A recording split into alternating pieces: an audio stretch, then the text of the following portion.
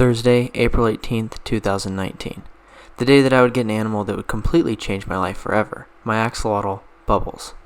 To give you some context though, we gotta go back about a week prior when I was at the mall with my cousin.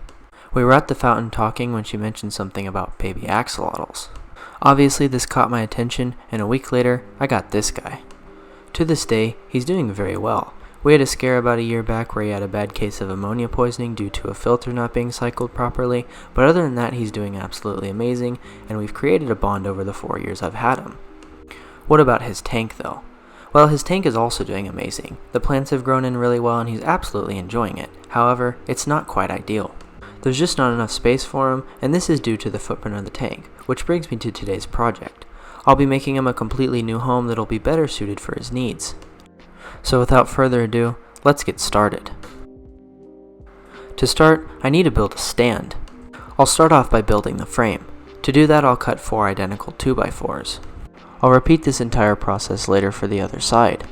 Anyway, once I got all the 2x4s cut, I assembled the first pieces with screws. I then added another piece on the inside for more support. I also attached this with screws.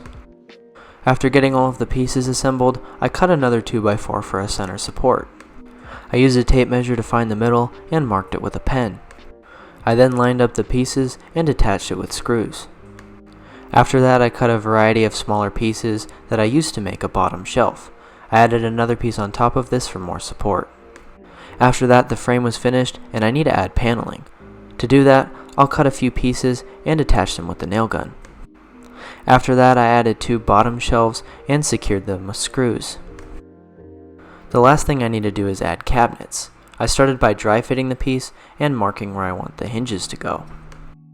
I then lined up the hinges and attached them with more screws. I then made sure everything was secure and moved on to the other hinge. This is the same process as the first one. After that, I put the cabinet back on the stand and made sure everything was straight before securing it with more screws. Unfortunately, the screws were a bit too long for the wood I use, so I'll have to cut them off with a hacksaw. I'll then come back in with a file to make sure everything is smooth. I need to add magnets next, but unfortunately there's a bit of an overhang where they need to go, so I'll attach the magnets to some spacers. I'll then mark where they need to go and secure them with screws. After that, I added the second piece on the door.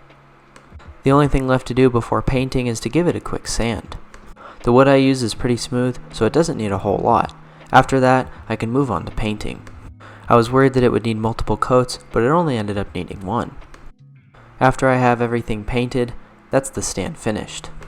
I'm very happy with the end result. It's very simple, but it looks great, and it'll hold up well. With the stand complete, the next part of this project is to install the background. For that, I have one that I got from Universal Rocks. I'd usually make my own, but that would have been way too much time and money. Anyway, I rolled it up and set it into the tank. I then unrolled it to make sure it fit. Unfortunately, it was a bit too long, but that's an easy fix. To do it, I'll draw a line across the background and cut it with a kitchen knife. I know that sounds like a weird tool, but it's truly the best option. After that, I moved it back to the tank and everything fit perfectly. I have another problem though. I want the filtration to be hidden, but I don't want to drill the tank, so I'm going to put it in the corners behind the background. I need to make some adjustments though. I'll start by making a mark in the back left corner where the filter's intake is. I'll then trace around a strainer and cut the hole with a drill.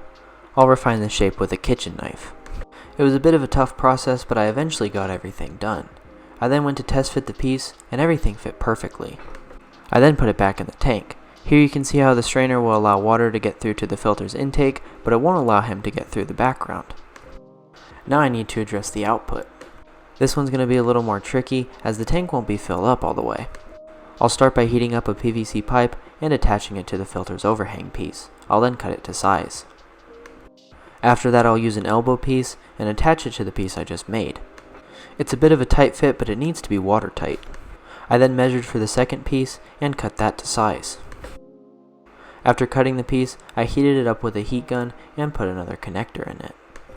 I then attached the flow piece to the filter right on top of it.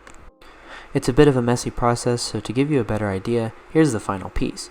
You can see how it drops down and goes to the right where I want the water level to be. Now I need to account for it in the background. I'll repeat the same process I did with the last one where I'll mark for it and drill a hole through the background. Then I'll come back and refine the shape with a kitchen knife. Here you can see how it fits. Now that filtration's accounted for and everything's in place, I put the background back in the tank one last time.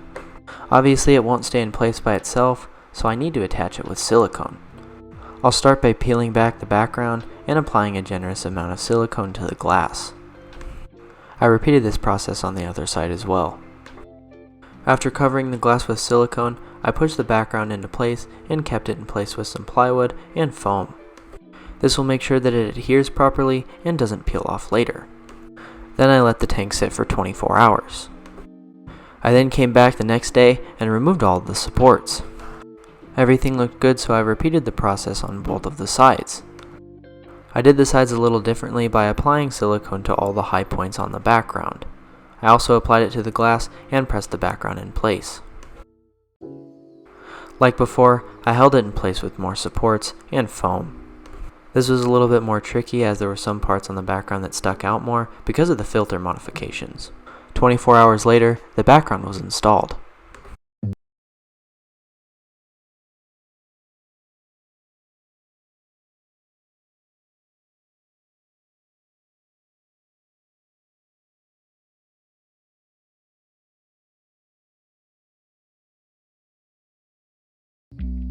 And with that, the 75-gallon Axolotl Paradise tank has officially begun.